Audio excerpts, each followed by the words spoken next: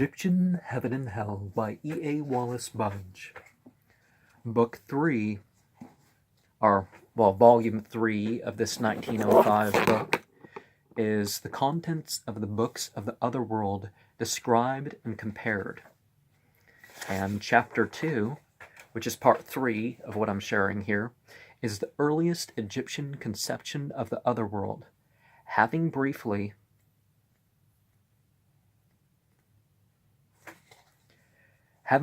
referred to the origin and development of the magical, religious, and purely funeral text, which sometimes with and sometimes without illustrations form the guides to the ancient Egyptian underworld, the form of the conceptions concerning the place of departed spirits, as it appears in the recensions of the 18th and 19th dynasties, must now be considered to reconstruct the form which they took in the pre-dynastic period. It is impossible for no materials to exist, and the documents of the early empire are concerned chiefly with providing the deceased with an abundance of meat, drink, and other material comforts, and numbers of wives and concubines, and a place for Sekhet Yaru. I believe it's an X sound. Sekhet Yaru, whatever. A division of Sekhet Hetepet, to which the name Elysian Fields has not inaptly been given. In latter times, Sekhet Aru or Sekhet Yanru comprised all Sekhet Hetepet of Sekhet Hetepet. As a whole, the earliest known pictures are those which are painted on the coffins of al-Barsha, and of no portion of this region we have any detailed illustrations of the occupants, of the inhabitants, older than the 18th dynasty.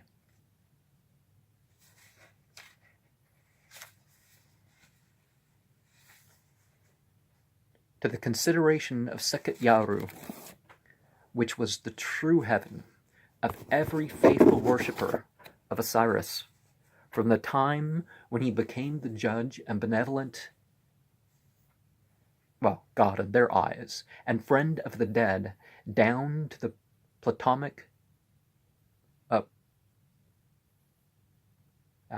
Ptolemaic period, that is to say, for a period of 4,000 years at least, the scribes and artists of the 18th dynasty devoted much attention, and the results of their views are set forth in the copies of Per-Haru, or the Tibetan Book of the Dead, which have come down to us. In one of the oldest copies of the Per-Haru, remember, Haru is like the word for the face,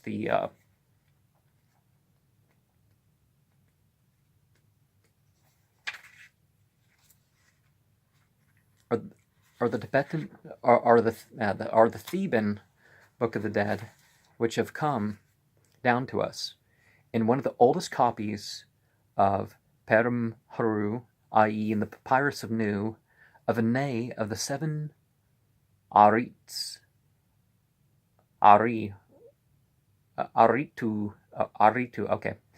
are divisions of the Sekhet Aru. The portion shown of each Arit is the door or gate, in which is guarded by a gatekeeper or watcher, who report the arrival of every comer by a herald who receives and announces his name. All these beings, save 2, have the head of an animal or bird or a human body, a fact which indicates the great antiquity of the ideas that underlie this Vinay. Their names are Arit. So we have, in the first, we have Sekhet Hari Asht Yuru is the gatekeeper. Semetu is the watcher, and the herald is Hu Keru, and the British Museum number 10,477, sheet 26, which is chapter 164. So we look at this. What is it saying? What does it do? So the, you know, later in Kabbalah and various other things, you have, you know, okay, here's the realm, here's the gatekeeper, there's his name, there is his name, there is his password. You know, is there an obstacle to perform? So we have Arit. Oh, it's 2 R's. Budge. You know, well, Budge isn't alive, but he'd be corrected roundly now, wouldn't he? Aritu. Okay, basically says the same. Okay, you got shut there. You have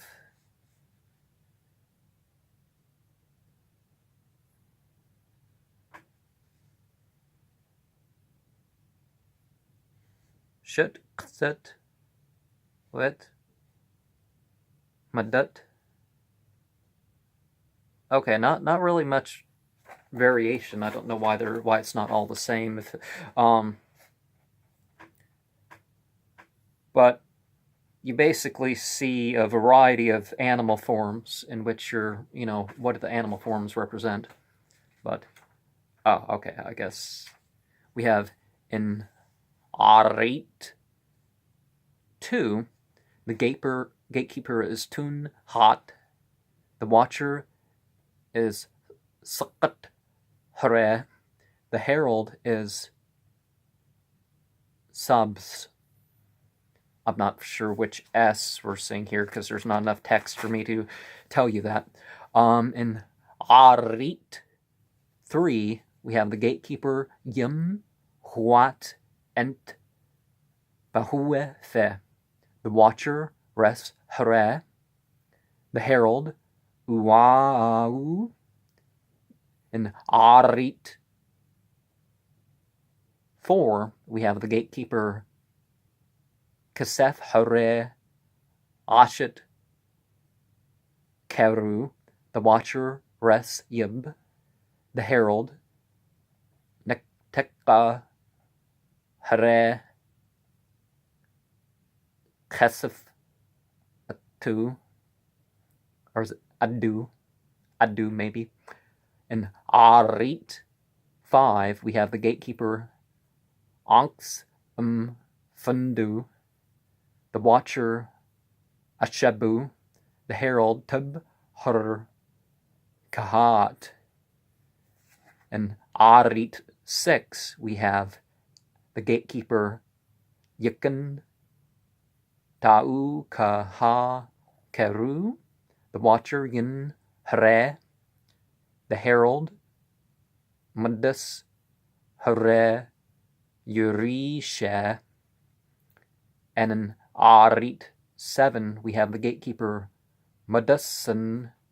We have Yakaru as the watcher, and the herald is Kasef Hare Kameu. So, if you put this in Christian terminology, we are looking at the Father. Well, actually, the gatekeeper would be like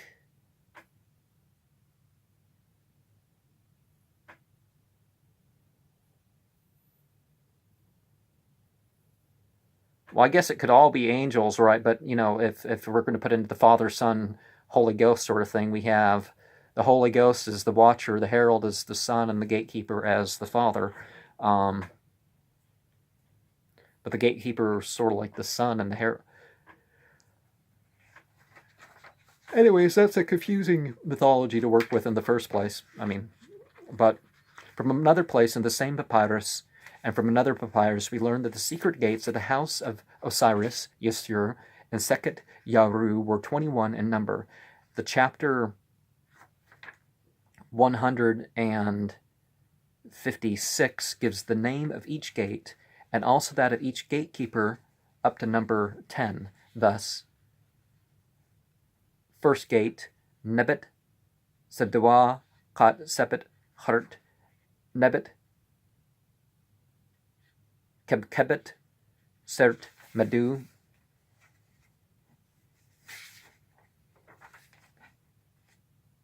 Gesefet, Nasheniu, Nehemet, Uae, N-E, Uaau, and the gatekeeper, Neri. And the second gate, there's Nebet, Pet, Hent, Taue, Nespit, Nebet, Tememu, Tent, Bu, Nebu. And the gatekeeper, Mes, Peh, or Mes Ptah. Oh, they still don't have enough illustrations here, but see, they're not giving me enough information with the gates. But let's look at the gates again. There's not enough hieroglyphs to add some clarity, is there? So we got a bird, and then a lion, and then we return to a man, and is that a goat? A crocodile, a baby with a disformed head. We have a ram, a falcon. Oh, well, that's definitely a lion. So what's this thing over? Oh, no, a leopard. A leopard. And then the 10th gate is...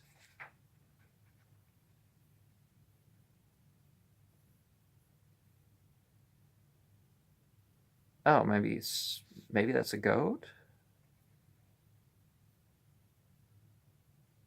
And the first one's, and maybe gate 4 is a cow. But the third gate, Nebet, Ka'ut, Aat, Abet, Senetchit Demet, Neter Neb Yim, Sahru Kent Yibtu, Tat, Seben Ba, Sakamet, Dasu, gate 4, Sakamet, Dasu Hent, Taui, Hetchet, Keftiu, Nu, Yib, Arit, Saru, Shut, Au. And the gatekeeper, Nakau. Okay. Nakau. And the 5th gate, we have Nebet, Raku, Bresht, Tebhet, Dad, Tu, Nes, Yun, Ak, Eres, Un, Depeth, and the gatekeeper, Hante Raku. And on the 6th gate, we have Nebet, Senket, Aat, Hemhemet, Yun, Rek Tu, Ka, Ser, Usek, Sa, Yun, Kem Tu, Ked, Se, Sha'a, Yu, Hefu, Hers, Yin, Rek, Tenu, Mes, En, Thu, Ker, Hat, Ertu, Yib, and the gatekeeper, Smamte.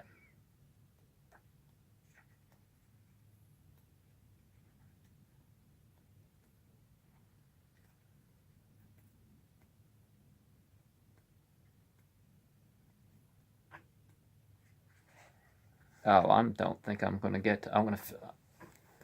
Smamte. Okay.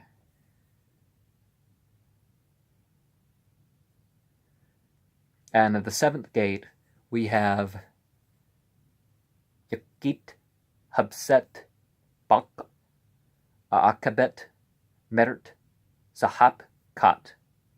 And the gatekeeper, Yakente. And the 8th gate is Raket, Basu, Akmet, Jafu, Sebd, Pau, Kat, Det, Smam, Yin, Nech, Yetet, Sesh, Hers, and Send, Na, Yahus, and the gatekeeper, Ku, Chetf. And the gates,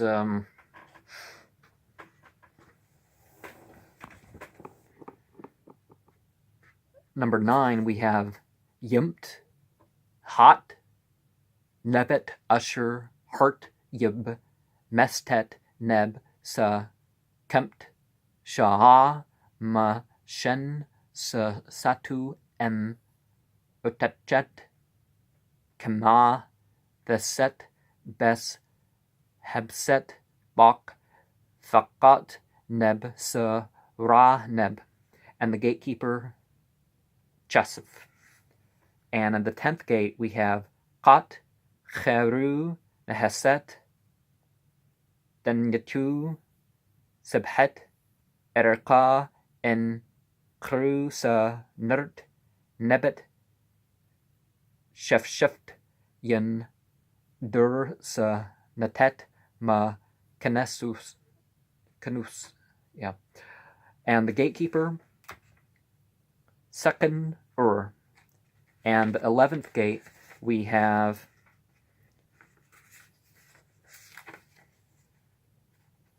Nemt, Dasu, Abdet, Sabu,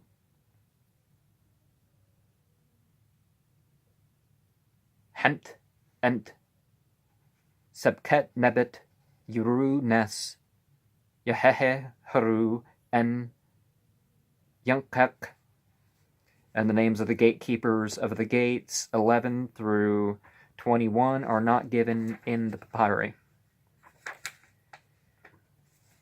And so we have the 12th gate, Nast, Ta'ue, Se, Seket, Nem, Myatu, Em, Nehepu, Kahet, Nebetku, Seteneptha, Keru, Nebs. And the 13th gate, Sta, En, Yusur, Yusur is Osiris. With Horsa, Saheta, Chet, Hop, Mayim, Tuf. And the 14th gate, Nebet, Dunten, Kabet, Hartasheru, Yeru, Nes, Haker, Hauru, and Setemet, Au. And the 15th gate, Badet, Deshuru, Kamhot, Yarert, Peret, Makak, Kerhasan, Cheret, Samya, Herkabe, Faerdat, Awesan, Rutu, Yamdem, Fire, Chimps. And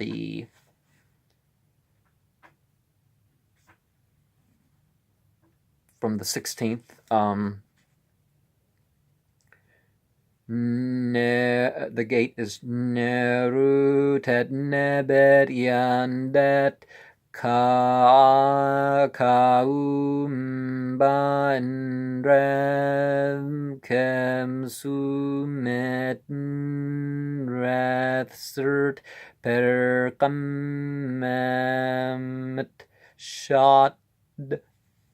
And the 17th gate, Kadher, Sanev, Yambit, Nabet, Uat. And the 18th gate, Merseta, Uam, Yim, Tu, Merer, Shad, Dapu, Kid, Nabada, Set, Samyum, Masharu. And the 19th gate is Sednapu,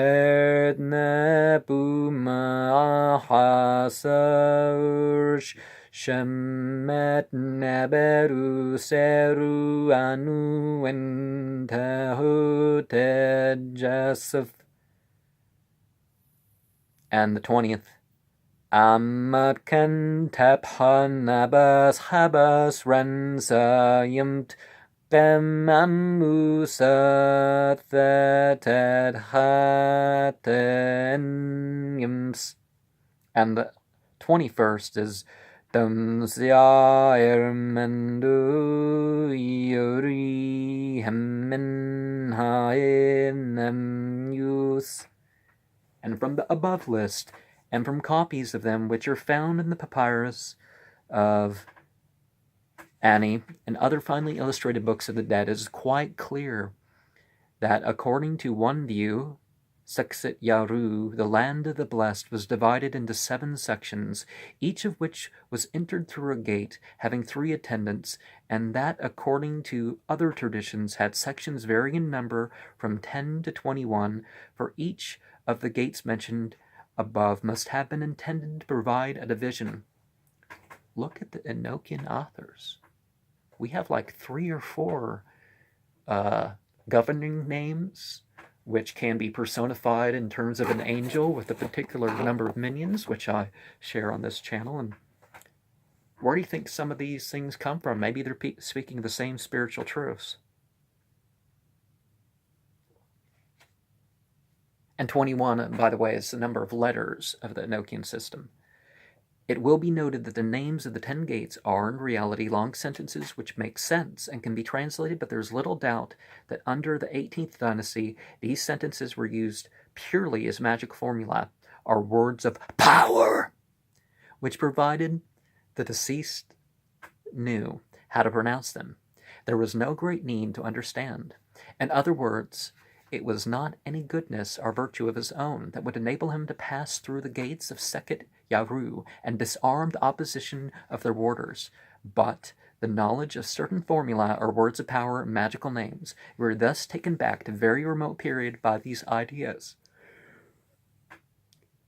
I'm sure the initiation formulas, this sort of process goes back even further. We see cave art indicating that there was initiations even hundreds of thousands of years ago, and perhaps they had the same sort of thing. The 9 vibrations, which I give out to people, that's, I don't know, I guess it could be considered an initiation for those who decide to take part now, isn't it? Or it could be just representative of them or the situation, or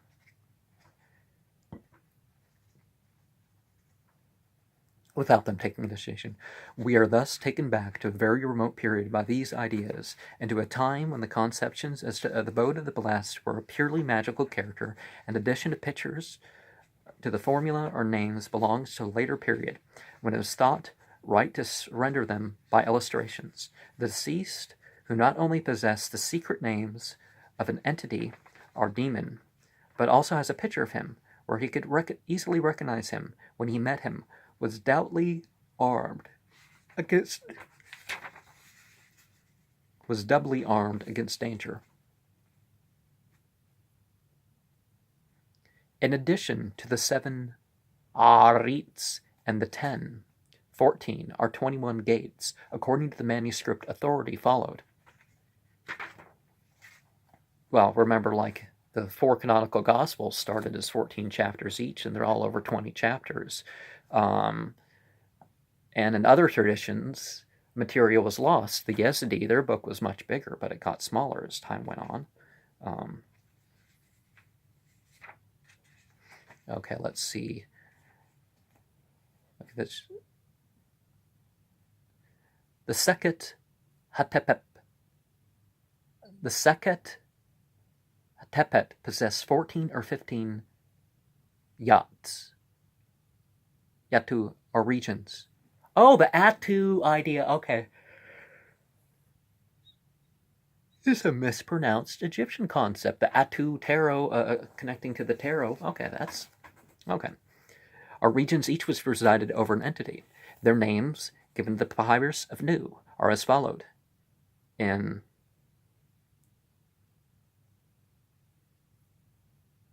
Yat 1, we have Yementet, wherein a man liveth on cakes and ale. Its entity was Yimsu Ped, or Menu Pet. And Yat 2, we have Seket Yaru. Its walls are of iron. The wheat here is 5 cubits high, and the barley is 7 cubits high, and the spirits who reap them are 9 cubits high. And the entity of this Yat is Ra Haru Kutri. And Ra... okay, Ra...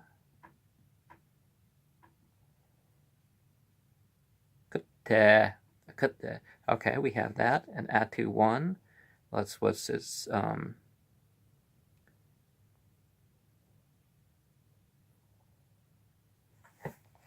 Not clear enough, but see what's going on there and what it means. And let's forward to the other Yat-Us. The other Yatu. Okay. Yat 3 is Yatenku. Its so-called god was Osiris or Ra. Osiris, sort of a personified Orion, right? And Ra being the sun. Yat 4 is Doi Ka Ui Aha Ue. Its entity was Sati Demui. And Yat 5 is Yatenku. The spirits here live upon the inert and feeble. Its entity was probably Yesir. And Yat 6, Yemahat. Okay. I want to make sure I had 2 M's in there, which is presided either by Seker Ad or Seker Remus. This Yat was sacred to the entities. The spirits could not find it out, and it was accursed for the dead. So why the 5th?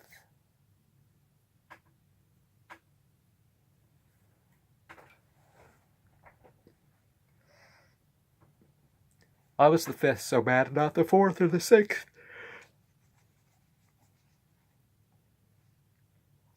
Yat 7. Yes, a region of burning, fiery flames whereupon the serpent Rerek lives. Yat 8. Ha-Hattep, a region containing roaring torrents of water and ruled over by an entity called Ha-Ha-Hattep. A variant gives the names of this Yat as Ha-Sert, and that of its entity is Fa-Pet. And let's look in here if we can... Oh. Okay, there's some difference here. Okay, we have... a little snake saying... Ha...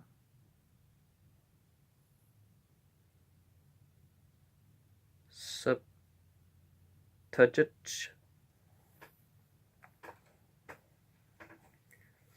Okay, I showed that. So on this page, let's show the Yatu.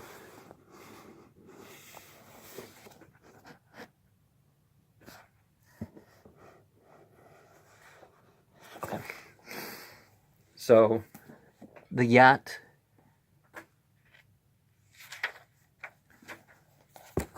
Okay, I'm going to try to. There's just Yat 9. Yakesi, a region which is unknown to either the entities. Its entity was Ma'a Thetheth, and its only inhabitant is the entity who dwelleth in his egg. Yat 10. Nut and Kahu, or the city of Kahu. It was also known by the name Yiput and Kahu. the entities of this region appeared to have been Nagu, Kapet, and Aheb Kau. In Yat 11, we have Yatu, the entity of which was Sepid, or, Sothis. Oh wait, that's like of Osiris, isn't it? Not Osiris, Sirius. So we have Yat 12, the entity of which was Hetemet Ba'eu, also called Yischedet M. Yement.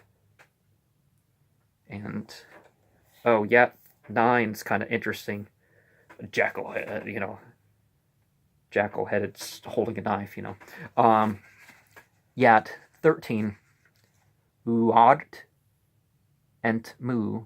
Its entity was the hippopotamus entity called Hubad Ruf. Yat 14, the mountainous region called Karu Aha, the entity of which was Hop the Nile. Because remember, your mythology should basically at least include your local region. If you don't know more, don't make up stuff. A brief examination of this list of Yatu, or regions, suggests that the divisions of the Sekhet Hetepet given in it are arranged in order from south to north. The source of the upper Nile to the lower Nile. For it is well known that Yementet, the first Yat, was entered from neighborhood of Thebes, and that the last mentioned Yat, or Ker Aha, represents a region quite close to Heliopolis. That is, that Sekhet Yaru was probably situated at no great distance from Abydos, near which the famous gap in the mountains where the spirits of the dead entered the abode set apart for them. We see from this list also that the heaven provided for the blessed was one such as agricultural population would expect to have, and a nation of farmers would revel in the idea of living among the fields of wheat and barley, the former being between 7 and 8 feet, and the latter between 9 and 10 feet high. The spirits who reaped this grain are said to have been 9 cubits, over 13 feet, in height, a statement which seems to indicate a belief in the existence of men of exceptional height in very ancient days was extant in Egypt traditionally. It wasn't just something that was brought in by Semitic lore, but look at that again. That's kind of interesting here. And so I'm going to end, peace be upon you, Sharma.